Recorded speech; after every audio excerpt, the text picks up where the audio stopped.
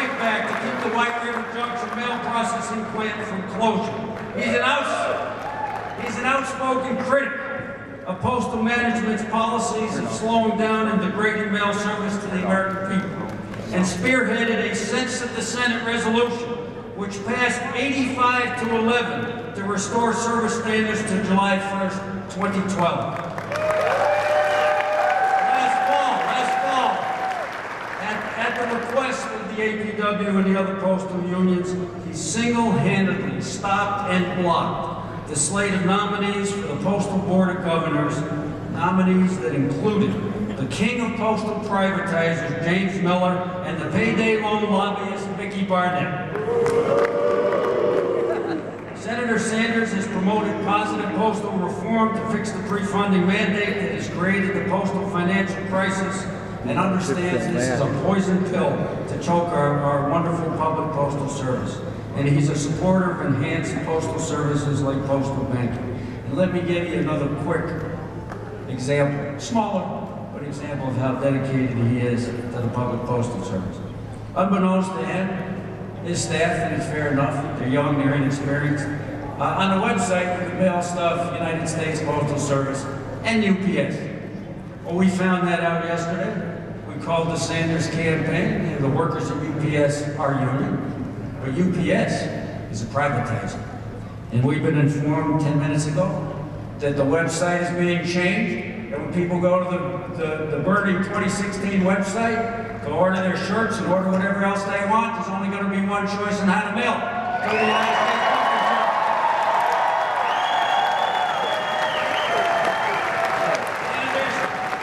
In addition to all these, Senator Sanders has walked picket lines in the dead of New England winters in support of the Fairpoint communication workers, staunchly opposes fast-track trade authority and rotten trade deals like the Trans-Pacific Partnership, has led the Senate coalition in defense of Social Security, not just to defend it, but to expand it by scrapping the cap. He is a powerful advocate for veterans' rights, is committed to the fight for 15 in a union, promotes single-payer Medicare for all as our health care system, and believe if a bank is too big to fail, it's too big to exist. All of which are core values and positions and principles of the American Postal Workers Union. Furthermore, understanding that corporate money is pure corruption in our political system and represents the buying and selling of elections, and that Wall Street does get what it pays for. Senator Sanders refuses all corporate PAC contributions and has no super PAC.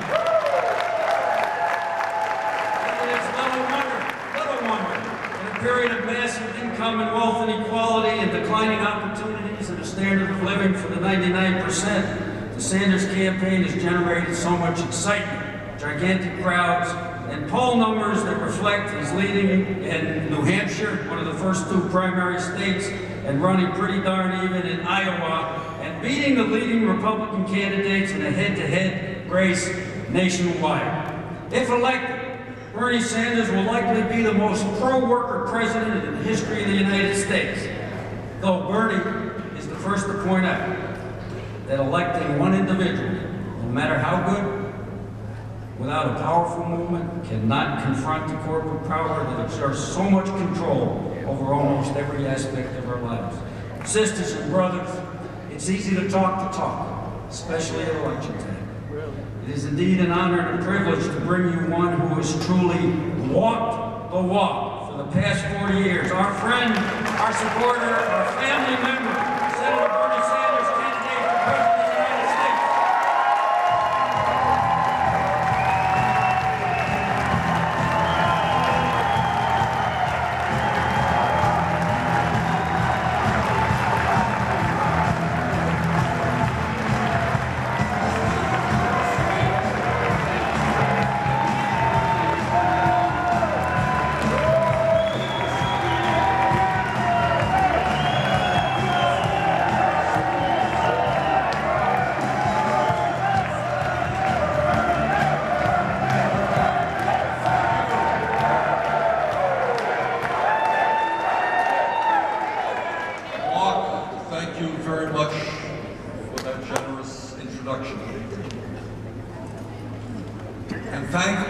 of you for being strong trade unionists.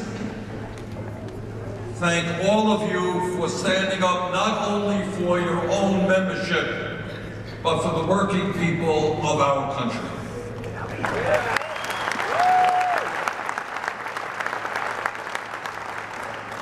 Before I get into the specific issues that I have been working on for a number of years in terms of the Postal Service, let me tell you what I think all of you already know, that there is something fundamentally wrong in our country today, both economically and politically.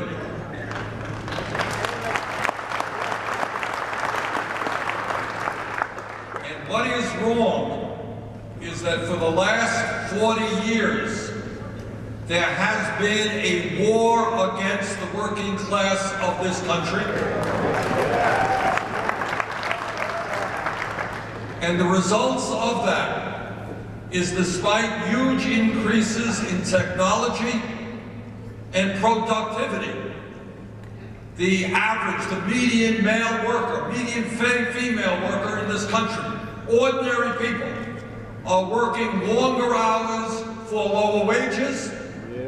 Millions of Americans today, in the wealthiest country in the history of the world, are working 2 or 3 jobs in order to cobble together the income and the health care they need to take care of their families. And while millions of our families are struggling to put bread on the table and take care of their kids, while we have as a nation the highest rate of childhood poverty of any major country on earth, almost all of the new income and the new wealth generated in America is going to the top 1%. That has got to change.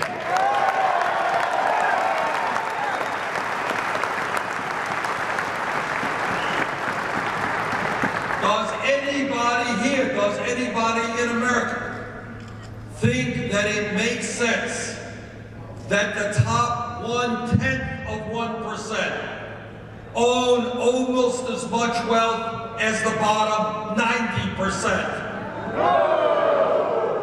Does anybody think that it is acceptable that 58% of all new income generated today goes to the top 1%? What this campaign is about is bringing the vast majority of our people together to say that we want, we need, and we will have an economy that works for working families and not just the billionaire class.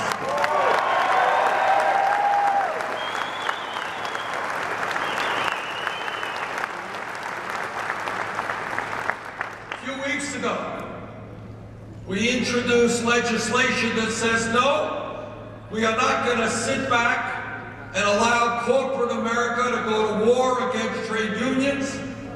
We are going to make it easier for workers to join unions.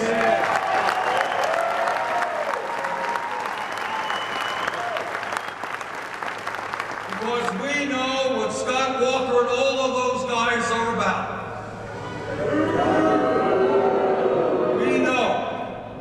That when they go to war against unions, what they are doing is taking away the constitutional right of workers to freely assemble and negotiate contracts. And what they are also doing, which we know, is that if they destroy the trade union movement in America, who is going to be able to stand up to the corporate agenda?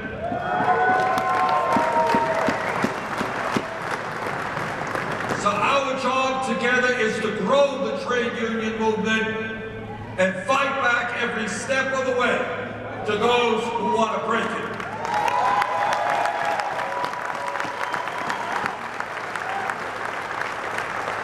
Now, I am the ranking member, leader of the Democrats in opposition on the Senate Budget Committee. And when we talk about the corporate agenda, let me tell you what they have in mind. The media doesn't report this too often. Let me tell you what they have in mind. First of all, virtually every Republican candidate for president, not all, but almost all, want to cut Social Security. Now, you got millions of seniors in my state, all over this country, trying to get by a $12,000, $13,000, $14,000 a year, figuring out how they're going to buy medicine, how they're going to feed themselves, how they heat their homes. And these guys want to cut Social Security. We say no.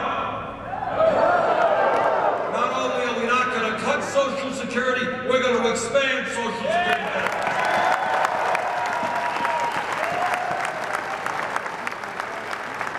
And as Mark said, the simple way to do it is you lift the cap. Somebody's making $1 million today a year, pays the same amount into Social Security. Somebody's making $118,000. Lift that cap, start at $250,000. We're going to expand that.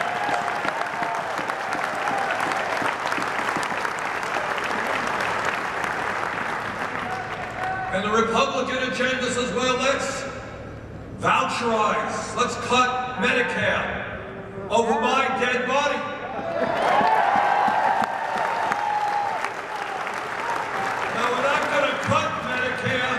We're going to guarantee Medicare for all, to every man, woman, and child.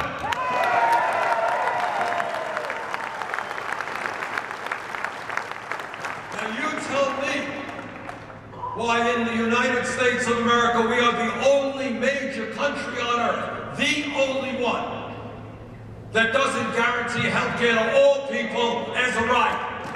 We've got to end that embarrassment.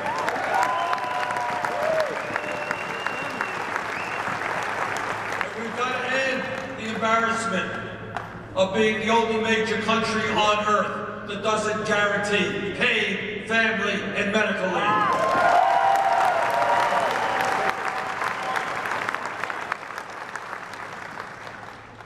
And when millions of people in our country are working for starvation wages, we are going to raise the minimum wage to a living wage, $15 an hour.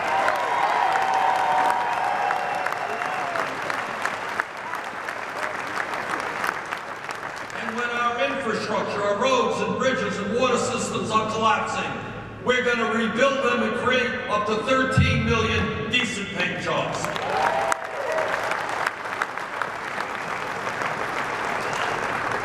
But none of that happens, brothers and sisters. None of that happens unless we stand together. That's what the history of the union movement is about. That's what a union is.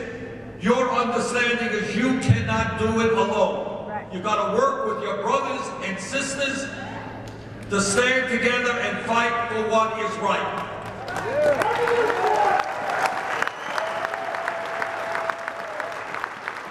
And that is what we have got to do as a nation. It's no great secret. Everybody knows that big money and Wall Street, corporate America, and super PACs, big campaign donors, they determine what goes on in Washington, D.C. No great secret. We will not change that when 63% of the American people do not vote, as was the case in the last election.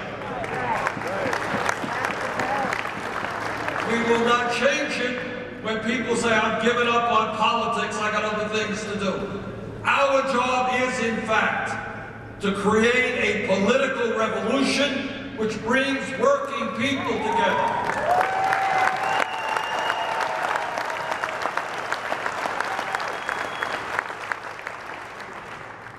A revolution which says that in this great country, our government belongs to all of us and not just a handful of billionaires.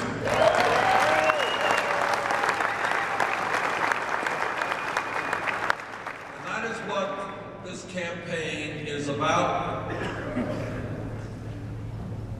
And when we stand together, as one people, not allowing us to be divided up by race or the country we came from or our sexual orientation or whether we're men or whether we're women.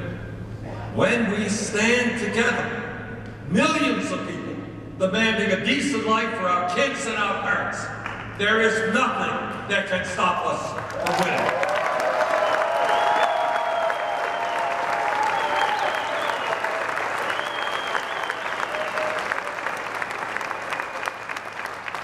Now, all of you know better than I what the Postal Service is about.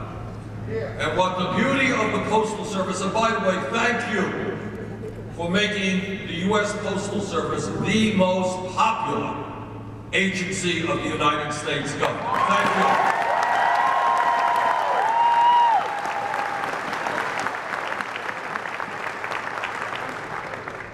And the strength of the Postal Service, as you all know, and what many people sometimes take for granted, is that the Postal Service provides universal service 6 days a week to every corner of America, no matter how small, no matter how remote.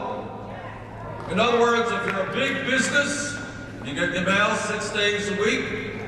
If you're a low-income person on a dirt road in a small town in Vermont, you get your mail 6 days a week.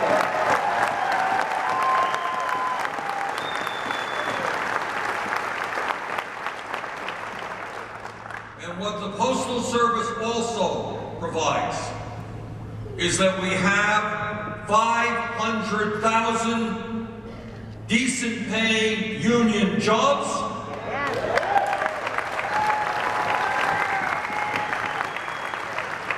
And as the former chairman of the Senate Veterans Committee, the Postal Service is the largest employer of veterans.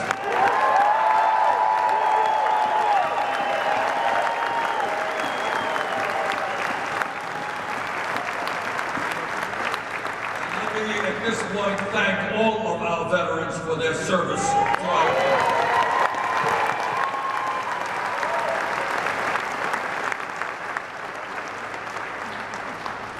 Yet, despite the popularity of the Postal Service, despite the good work of the Postal Service, it is under constant and vicious attack. And as somebody who has been as active as any member of the U.S. Congress in trying to protect the Postal Service, I can tell you firsthand, the attacks never stop. It is absolutely true that we have people in Congress and wealthy corporate interests who want nothing else but to privatize and destroy the United States Postal Service, but we are not going to allow them to do that.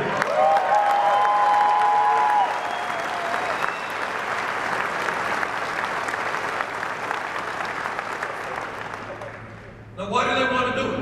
Well, truthfully, it is the same reason that they want to privatize Social Security, same reason they want to destroy Medicare, they want to destroy public education.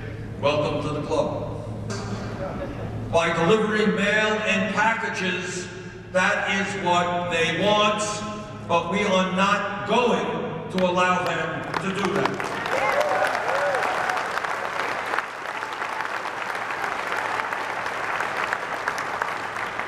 We are not going to allow them to destroy the universality of the Postal Service and pick and choose. They can make money going to Park Avenue in New York. They lose money going to rural Vermont. We are not going to let them make that choice.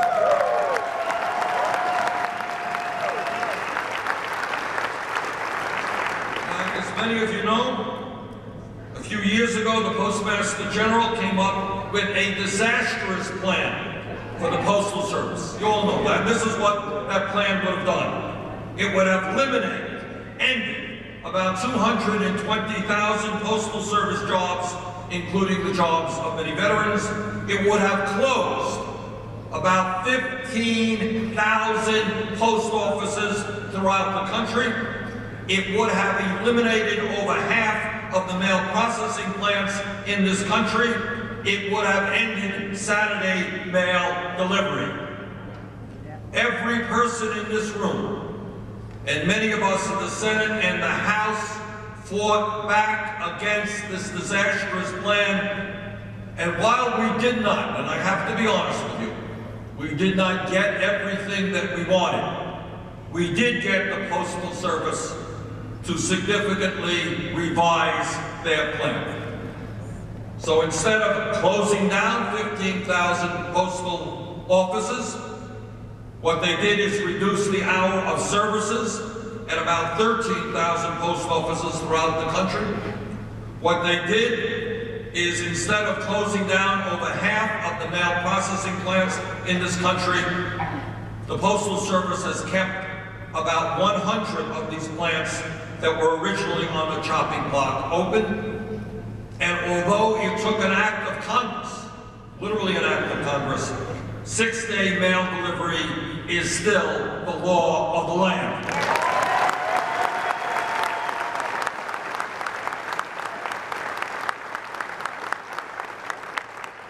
Now, the bad news is that the Postmaster General has eliminated, as all of you know, as the people of my state know, as the people all over America know, and are extremely unhappy about, the Postmaster General has eliminated overnight delivery standards for first-class mail.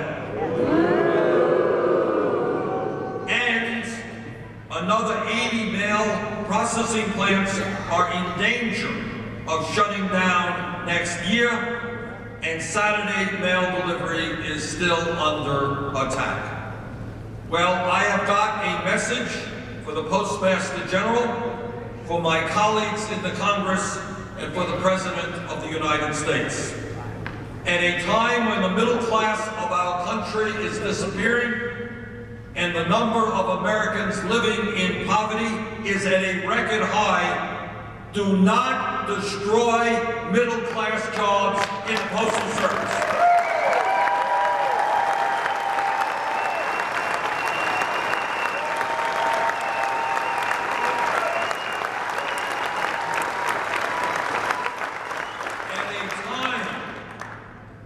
When senior citizens all over this country and small businesses all over this country depend upon the Postal Service operating 6 days a week, you will not end Saturday mail delivery.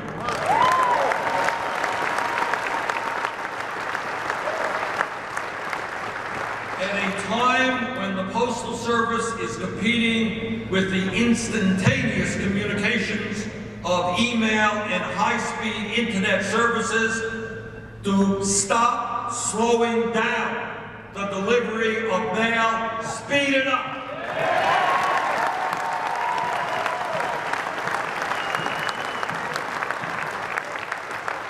And do not dismantle the Postal Service by shutting down even more mail processing plants throughout this country.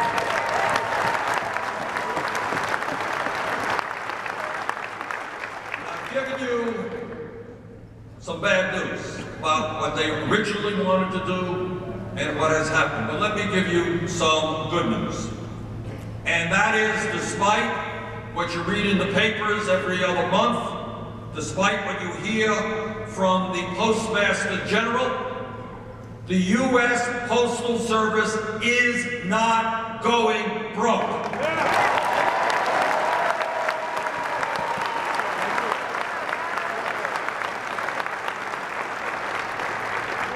All of you know that the major reason that the Postal Service is in bad financial shape is because of a mandate signed into law by President Bush in December of 2006.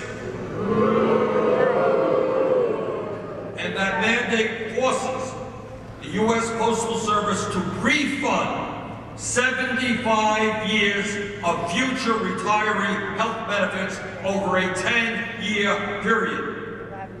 There is no other agency of government there is no corporation in the private sector that we know in America that has a burden like this. Not only the U.S. Postal Service.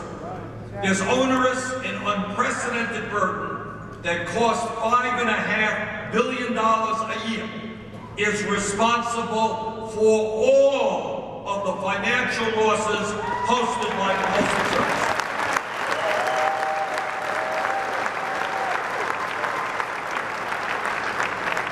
And here is something that the people who write these newspaper articles don't understand.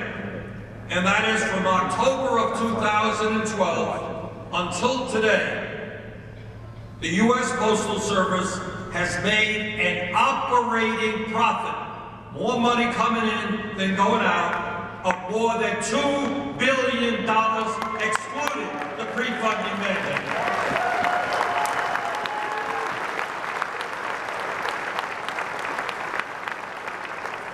And before this pre-funding mandate was signed into law, the Postal Service was also profitable. In fact, from 2003 through 2006, the Postal Service made a combined profit of more than $9 billion.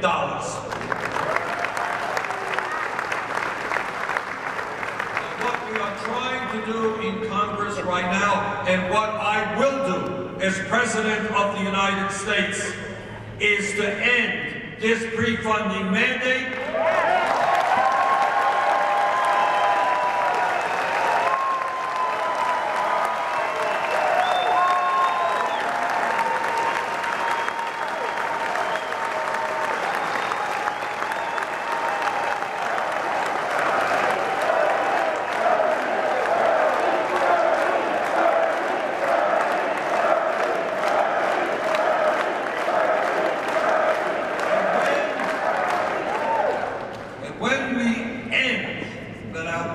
Mandate, we will allow the Postal Service to thrive and prosper into the future. And let me tell you what else we're going to do. Because it's fair to say there are challenges. The world is changing. And we have got to do more to make the Postal Service a 21st century operation. What do we have to do? This is what we've got to do. First thing is we have to reestablish strong overnight delivery standards to ensure the timely delivery.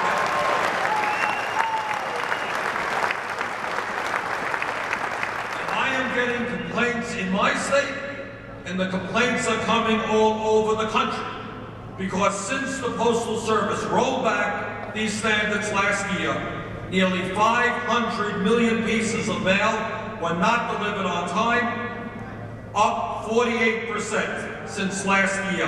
That is not acceptable. That has got to change.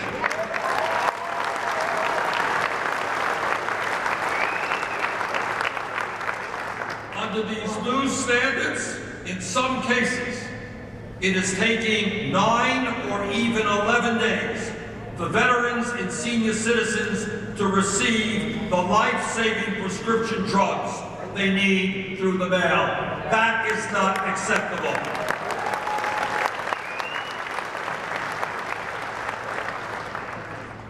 As President, not only would I work to prevent the closure of hundreds of mail processing plants throughout this country, I would work to reopen many of the plants that have been shut down.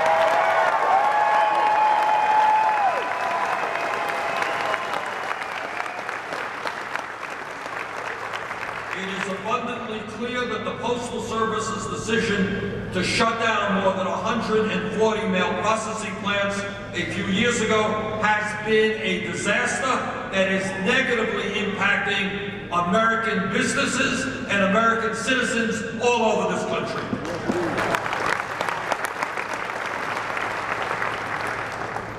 As President, I would prevent the Postal Service from ending 6-day mail delivery. In my view, the Postal Service cannot be saved by ending one of its major competitive advantages.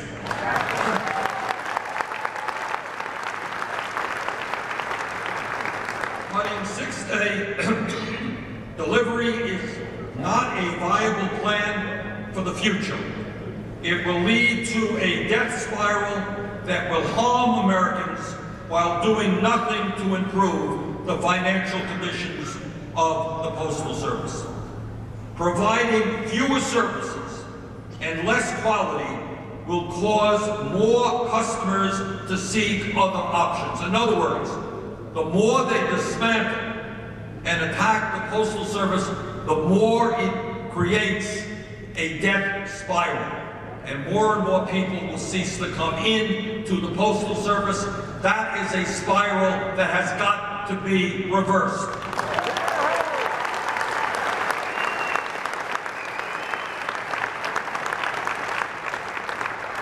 As President, I will allow the Postal Service to recoup over $50 billion in overpayments it has made to the civil service retirement system.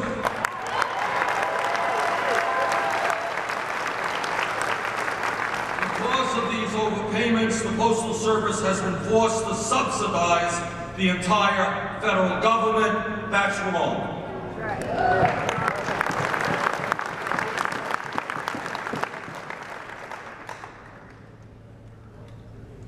As President, I would give the Postal Services the new tools it needs to compete in the 21st century by allowing it to sell innovative new products, services, and raise more revenue.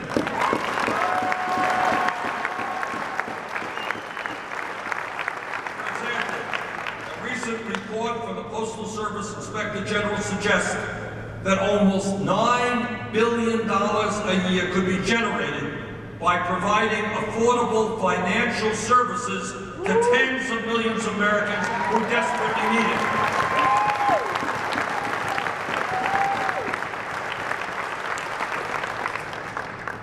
Low-income Americans should not be forced to go to rip-off check-cashing storefronts or payday lenders. The Postal Service can fill that gap.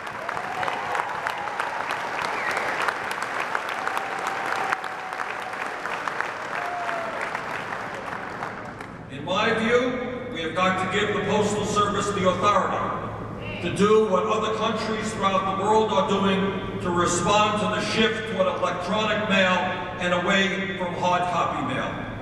The point here is that the Postal Service must be allowed to innovate and implement a successful business strategy for a changing world.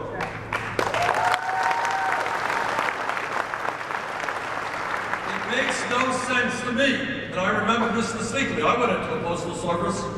I bought a present, a Christmas gift for one of my grandchildren. I said, "Can you please wrap it up?" "No, it's against the law, you can't do that." Can't do that. But what about making 10 copies of this document? Sorry? It's against federal law to make 10 copies of that document. Well, I'm living in a rural area. Can you notarize a document for me? No, it's against the law. I'm living in a small town someplace. Can I get a hunting license or a fishing license? No, can't do that. I have some wine or a beer that I want to send across the country. Can't do that. So in other words, what we have seen is federal law tying the hands of the Postal Service's capability of competing. And that has got to change.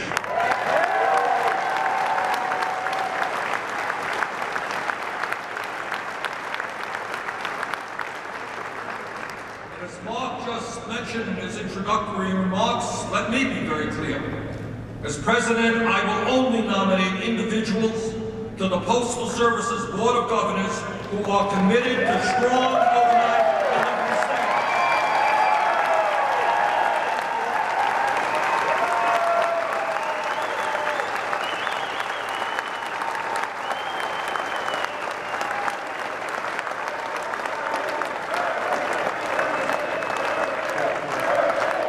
We do not need people on the Board of Governors whose desire is to destroy the U.S. Postal Service. Brothers and sisters, for over 230 years, and enshrined in our Constitution. The Postal Service has played an unbelievably important role for the people of our country and for our entire economy. And that mission today remains as important as it has ever been. So let us stand together and fight to save the Postal Service, not destroy it.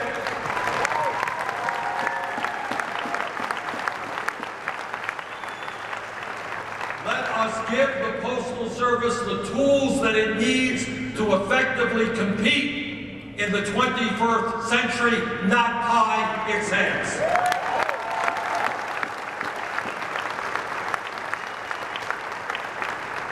Brothers and sisters, thank you not only for the work you do every day, but being part of the trade union movement and fighting to make sure that all of our people can live in dignity and security. Thank you all.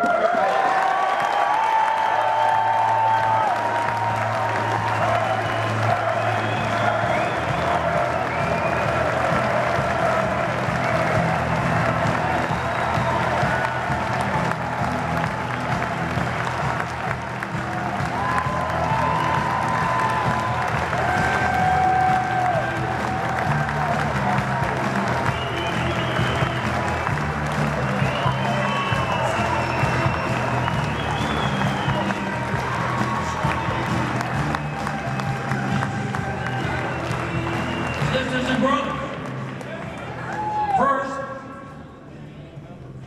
as Senator Bernie gets on a plane to his next stop, flying coach, we want to give him a t-shirt to wear everywhere he goes in the country.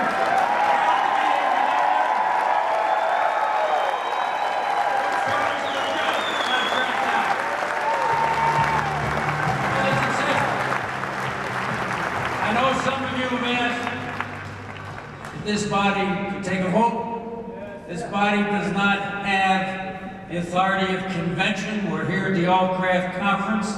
But this body can certainly give, if you wish, with your hands together and standing on your feet, to give the executive board a sense in the body of whether you desire Senator Bernie Sanders to be the next president of the United States of America.